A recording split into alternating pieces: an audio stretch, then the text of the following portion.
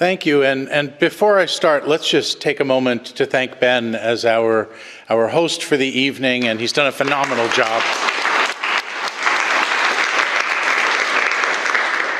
Okay, Glasgow, we have a little bit of a problem. I had planned a magnificent talk about how recommenders work, these systems that help you with recommendations and computing and all of that. But that was a couple of hours ago, and despite lovely canapes, I'll be honest, I'm sort of, well, hungry, and I'd like to eat, and I'm in a city I don't know. And maybe if you can help me through this, I might be able to help you back to the recommendation problem. So here I am, and restaurants all around, and where do I go? I thought about something that might work for this, which is, what if we just watch where other people go, right? Because, some restaurants are not that popular. Some are more popular. Some are very popular. And so I could just say, great, I'll go where everyone else goes. Now, I've got to tell you something about this problem, that my tastes are a little, what's the right word? Snobbish. If I'm going to eat here, I want local salmon. I want, beef whose name was Angus, or was it Angus cow, something like that. And if I go to the most popular restaurant in Glasgow, I'm probably ending up at McDonald's. I was about to say I have nothing against McDonald's, but it's not true. I have a lot against McDonald's. But I have something against popularity. Sometimes popularity works, but popularity doesn't work well if what you want is something personalized. And popularity might not work well if, you think the average person out there is just not as good as, say, we are in here. And I'm afraid in this case, both are true. So I'm going to try something different. What if I just list down what I'm looking for in a restaurant? Let me move out of the way of this, and you can see I like seafood, I like beef, I like Greek food, I like places that are quiet. I'm not so thrilled about any place that claims they serve craft cocktails. Actually, I've seen around here there's not so many craft cocktails. There's good whiskey, but not so many craft cocktails. I don't like places that are noisy. I could then pull this list up, and maybe I made it myself, or maybe I've just learned it from all the places I've gone before, and I could ask every other place to make a list of what people say is true for that place. And so I could look and see, this fast food cheap burger place with fries and chips, and it's a chain, that's not going to be at the top of my list. And in fact, this Italian place, that looks a little bit better. This Greek place with seafood and lamb sounds wonderful. And that's where I'm going to end up going. Well, there's a problem with this story too. Do you remember this place in the previous picture that nobody went? Maybe the reason it's quiet is that it's not very good. I hate to say it, but you can make bad lamb chops far more easily than good lamb chops. I've done it many times. I assure you it's quite easy. After 40, 50 minutes under the broiler, you would never know it was lamb. And as we have many choices out there, we realize that the choices that are most tied to attributes help us narrow down what we're looking for, but they don't tell us if it's good or bad. And for good or bad, we're going to have to rely on each other. We need people. So I'm going to take you to the next step. It's a technology that was originally given the name, and this is back in the early to mid-90s, collaborative filtering, which is this beautifully awkward name that says we're just going to work together to help people figure out what they don't like and what they might like. And I'm talking about an approach called the nearest neighbor approach, but you can just think of this as a system to make recommendations by finding people like you. That's the idea. Because if I really wanted to go find a restaurant, I could say, what does everybody like? But then I have to figure out which of you have good taste. And honestly, just looking at you, I can't tell. We'd have to go out, we'd have dinner, we'd talk about it. It takes a long time, so we're going to computerize the process. And we're going to computerize the process by making a table of the restaurants that I've been to or I'm considering. I'm there at the top. It's that beautiful little spot. Let's see if this is visible. There's me. I'm the puzzled looking one. And there's restaurants that I really like and dislike, and somehow I'm going to figure out the ones on the top right. Well, I have that data for a whole bunch of other people. I left their names off to protect the guilty. But you can see people you probably recognize in here, right? That one looks a lot like my grandfather. Nothing was very good. The highest compliment he ever gave to something was, "That wasn't bad." Right? And most places his answer was, "Well, that was expensive." We have other people out here. This is a little closer to my wife. You know, if we were at McDonald's and somehow they came over and said, "How's the food?" she would probably react, "It's delicious. I didn't know McNuggets could be this good." Because she's happy and everything tastes good when you're happy. Not real useful for figuring out what I'm going to like because she likes everything. But buried away in here, and you don't have to check these out one by one, are a bunch of people who share tastes very close to mine. They're not exactly the same. They may say 3 when I say 4, they may say 2 when I say 1, but they're close. And if I just take a look at what they think of the things that I'm interested in and merge those together, and I come back and I say, wow, some of these are restaurants that seem really good, and some of them are not. And that's this concept called collaborative filtering. It has some advantages, and like everything else, some disadvantages. It only works if you can get a lot of data from people. Thankfully, these days, people give up data like it's, worthless almost. They go and they shop online and they rate things for you. They give data with their credit cards. In Europe, you're a little better at protecting that data than we are in the US, but only a little, because what happens everywhere you go, there's a little pop-up that says, "Hey, we're going to take your data, okay?" And then you say, "Yeah, I guess so," and we move on. I don't know that that's actually a lot better than having our sites where you go and they don't say anything and they take your data, but I guess it's nice to be honest. So you need a lot of data, but most of all, you need to have a domain where there's some agreement. If you and I agreed on restaurants, that doesn't mean we're going to agree on music. Or if we agree on music, we may not necessarily agree on footwear. And so you have to cluster your systems into things that would make sense. Now, I should say that today, nobody uses this technique. This is the technique we started with. We actually built a business on this technique back in the 1990s. Our first customers included Amazon.com, which wrote back quickly and said, "Yeah, we love what you do, now make it 10,000 times faster," which we went and we actually hired people from Cray Computer, the supercomputer company, and said, "Make this faster." And eventually we had to come up with new techniques. I'm going to show you one of these.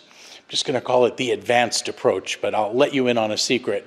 Those of us in the field call these latent factor models, which sounds like 3 words you would just put together when you don't know what you're talking about. It sounds really good. "Oh, what did you study in college?" "I majored in latent factor models." "How about you?" "Oh, history." "Yeah, that's good too." But what it means when we say latent factor models is that we try to discover things that people agree about and things that describe things like restaurants. Unfortunately, we don't always know what those things we've discovered are, and that's one of the limitations we'll come back to. So I'm going to start with the same matrix, the same table. But instead, I'm going to do something that experts might call machine learning or linear algebra or something, but I'm going to simplify it just slightly. It's magical math. And when we're done, this whole thing gets turned into basically placing everybody and every restaurant into some space. Now, it's not really 2 dimensions like the screen is. When we do this in different topics, the number of dimensions may be 30, it may be 100, and while we spared no expense on canapes, they couldn't give me a 100-dimensional display screen, so I'm going to do it in 2 dimensions because that works enough. And what we'll see is, here's me. And there's some things near me. And the one thing I can tell you from this is the things near me are things I'm likely to like. Now, they got near me not because the system knows me so well, but because the system knows all of us so well, that it figured out that, oh, wow, quiet, meaty restaurants are towards the right, and loud vegan restaurants are towards the left. I guess I'm not towards the left. Sorry, it would be better for the world if I were, but I'm going to stick with my friend Angus. And maybe up involves some other thing about the restaurants. Like maybe if you're too far up, you're at a chain restaurant. And if you're far down, you're at a quaint little independent restaurant. And I'm okay if there's 3 branches. But we found me and we found my tastes. So the pros and cons of this type of approach, it becomes very efficient. Once you've built this model, and that can take a little while, you can keep applying it over and over. And you can make lots and lots of recommendations to lots of people. The big disadvantage here is it's really hard to explain. In fact, an area of key research for a large number of people today in this field is how do I build these recommendations in a way that I can explain to you why I did this? And frequently those explanations come back to, well, this is sort of like that, and we remembered that you liked that. And some of the explanations are, well, here's 5 people who are a lot like you, and they liked this, but we're not quite where it should be yet. That's something we're still working on. So I promised this wouldn't all be about me finding a restaurant. I just want to take a couple of examples of how these are used in the real world to talk about what makes a recommendation good. We have run a site called Movie Lens. If you actually type in Movie Lens to your favorite search engine, you can go there. It's free. It has no advertising, makes no money, but we can do that. We're researchers.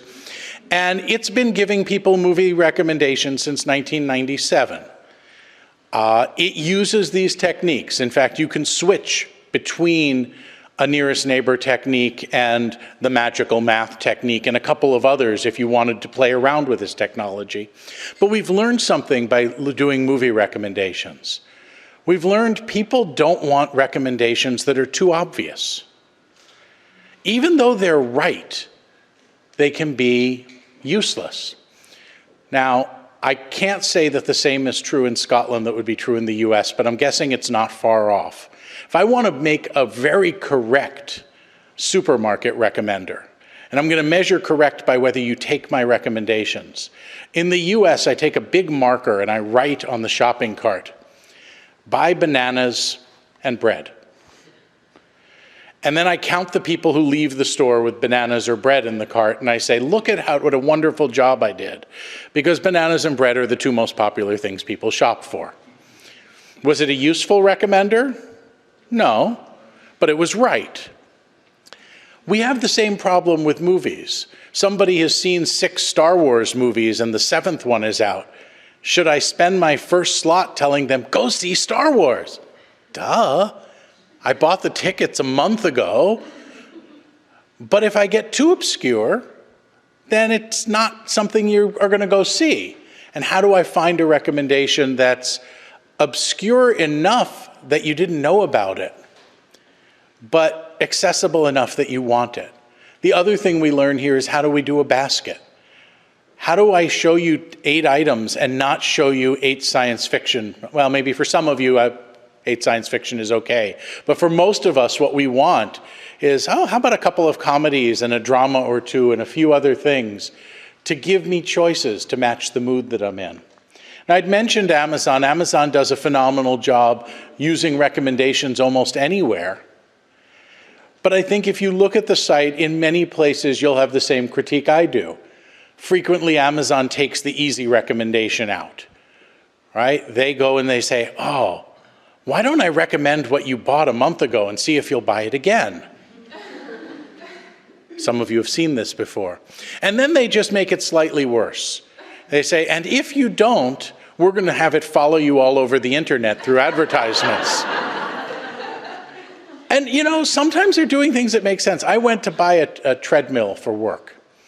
Now, I shopped on Amazon, and then I did what I do at work, which is I asked our purchasing people to go buy it for me. For the next 6 weeks, everywhere I went, Amazon was trying to sell me that treadmill. Maybe you have to listen and decide that what I just recommended to someone may not be the best next recommendation. So last, just to show you how this impacts what you're doing every day, this is Google News. We didn't sell our technology to Google News. I wish we had. We'd be all much better off, well, I'd be better off financially. But I know the people who developed Google News in the first place, and they're using all sorts of interesting recommendation tools.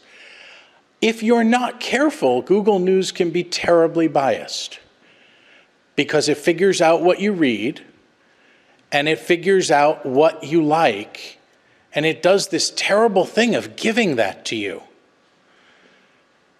Some people have labeled this the filter bubble. There's a book by that title by Eli Pariser called The Filter Bubble, of what happens when you only hear voices like yours. Do we want a society where people are only hearing the people who reinforce and have no idea that many of their neighbors feel the exact opposite because they've read different news? That they may be convinced is fake and vice versa, but maybe it's just different. It took me weeks to train Google News to give me both sides of stories.